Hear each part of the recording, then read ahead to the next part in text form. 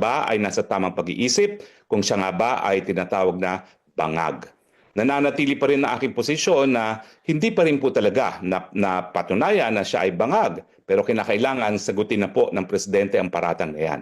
So bagamat itong pagpapakalat ng pulboronic video ang dahilan sa pagigipit sa akin, uulitin ko po, nagpapasalamat ako doon sa mga tao na nagsiwalat ng video na ito dahil importanteng masagot po ng presidente yung paratang na yan dahil ito naman po ay hindi lang nanggaling sa pulboronic video, ito po ay sinabi na ng presidente nung siya ay presidente pa na may isang tumatakbong kandidato para presidente na gumagamit ng pinagbabawal na gamot na inulit niya noong Enero ng taong nakalipas sa isang maisog rally.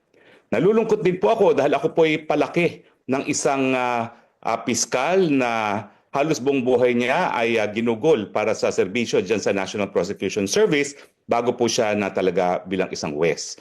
Grade school pa lang po ako ay palaboy-laboy na dyan sa DOJ, sa Padre Fara, lalong-lalo na dun sa lumang kantin. At nalulungkot ako na napilitan na sampahan ako ng kaso ang ating mga profesional na mga piskal. Bakit ko po nasabi na talagang pinilitan sila o piniresure na magsampa ng kaso? Unang-una po, ang pagsampa po ng kaso sa akin ay isang afterthought. Sa supplemental complaint affidavit lang po ako dinawit. Para bagang na-realize nila na nung nalaman nila na ako'y sa abroad, hindi nila ako mapapauwi, hindi nila makakancel ang aking passport sa pamamagitan lamang ng isang warrant of arrest na galing sa Kongreso. Dahil sang-ayon sa passport law, kinakailangan merong order ang hukuman para i-cancel ang passport ko at ito ay dahil nga meron akong kaso at ang kaso nga sinasabi ng batas ay kaso sa korte at hindi kaso lamang sa Kongreso. Kaya hinabol po nila ang pangalan ko dyan sa supplemental complaint affidavit na yan. Pangalawa, napakatagal po bago maresolba ng DOJ yung complaint affidavit ng PNP. Dapat po yan within 90 days. Yan po ay nakasaad sa kanilang rules. Pero ako po ay nagsumite at ang case was submitted 3rd of December. Umabot po na halos 4 na buwan or almost 1 month later ang pagre-result nila. Ang aking tingin po dun sa extra month na lumipas bago ma-resolve yan, talagang na-pressure yung members ng prosecution panel. So akin mensahe po sa kanila, naniniwala naman ako sa kanilang katapatan. Dahil 34 years na po ako nagpa-practice, karamihan po ng kaso ko ay bilang isang private prosecutor at talaga naman pong kapit-bisig ako sa mga public prosecutor sa mga kasong hinarap ko. No? Pero naintindihan ko naman po na sa mga panahon ngayon, talagang minsan hindi ka makakahindi sa political pressure, lalong-lalo na kung ang iyong trabaho, ang iyong karera bilang isang professional na piskal is at stake. So naintindihan ko po na kinakailangan kumbaga to go with the flow, bagamat ako po umaasa that in due course, magsasalita itong mga piskal nito kung anong klaseng pressure ang in-exert sa kanila. Naniniwala po ako sa kanilang katapatan at ang tingin ko po matindi talaga yung pressure na na-apply sa kanila. At nalulungkot nga po ako dahil isa sa pakasalanan ng Marcos administration ay ito nga pong pagbababoy sa ating criminal justice system. Ngayong ginagamit na po nila ang politika para sa desisyon kung kakasuhan o hindi ang isang tao para sa isang non-bailable offense at that, talaga pong ito po ang dahilan kung bakit masisira ang pagtiwara ng ating taong bayan sa ating criminal justice system. No? Gaya ng nasabi ko, ako po'y pinalaki na isang taga-National Prosecution Service at narinig ko mga kwento po sa panahon ng martial law pa, no? Na talagang hindi po talaga nag-give in sa pressure yung nagpalaki sa akin. Kahit kanino man manggaling ang pressure na yan, sasampahan ng kasong dapat sampahan ng kaso, absulto ang hindi dapat makasuhan. No?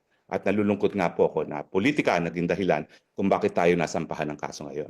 Gayunpaman, ako rin po'y nagagalak. Kasi sa totoo lang po, isa sa issue dito sa aking pending asylum petition, ano bang resulta dito sa kaso na sinampa sa akin for qualified trafficking? No?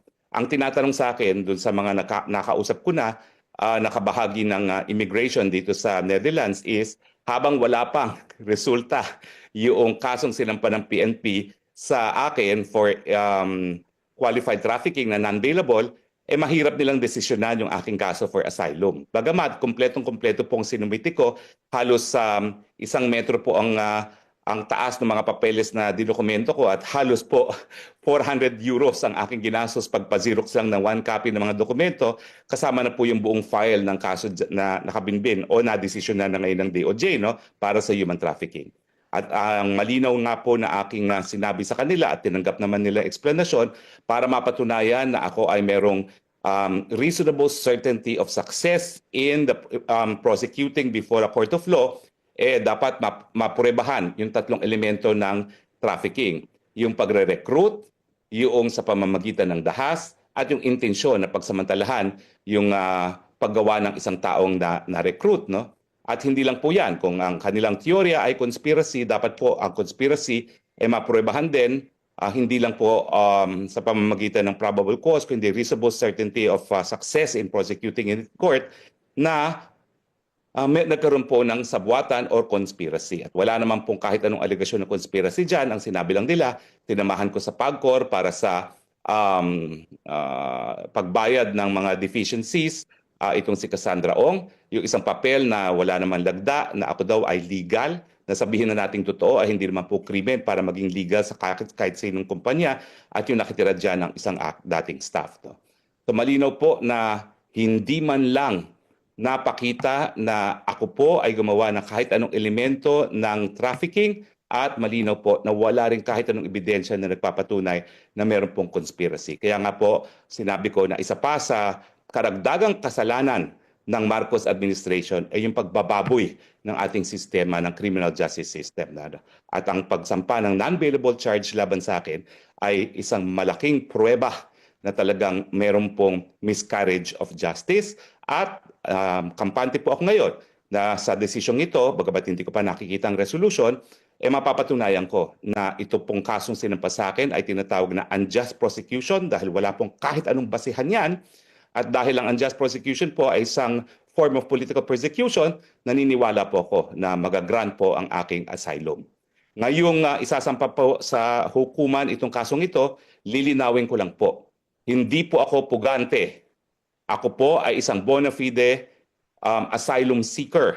At ang karapatan naman na humingi ng asylum ay aking karapatan bilang isang mamamayan ng mundong ito. Ito po ay napaka-importanteng karapatang pangtao which literally makes the difference between life or death. No?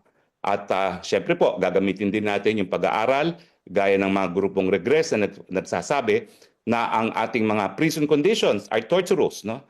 Meron na po kaming kaso na sinampa laban sa gobyerno ng Pilipinas sa Korte Suprema, hindi nga lang po napagbigyan, pero ito pong kaso na Albert Wilson versus Government of the Philippines ay nagsasabi nga na ang Pilipinas ay hindi tumutupad sa kanyang katungkulan doon sa tratado laban sa torture dahil ang mga prison conditions natin are torturous. At dahil torturous nga po ang description ng international community sa ating mga preso at ang aking kaso ay non-bailable, ibig sabihin po, madali ko ng patunayan na I will be subjected to torture kung maikukulong ako sa isang kulungan ng Pilipinas.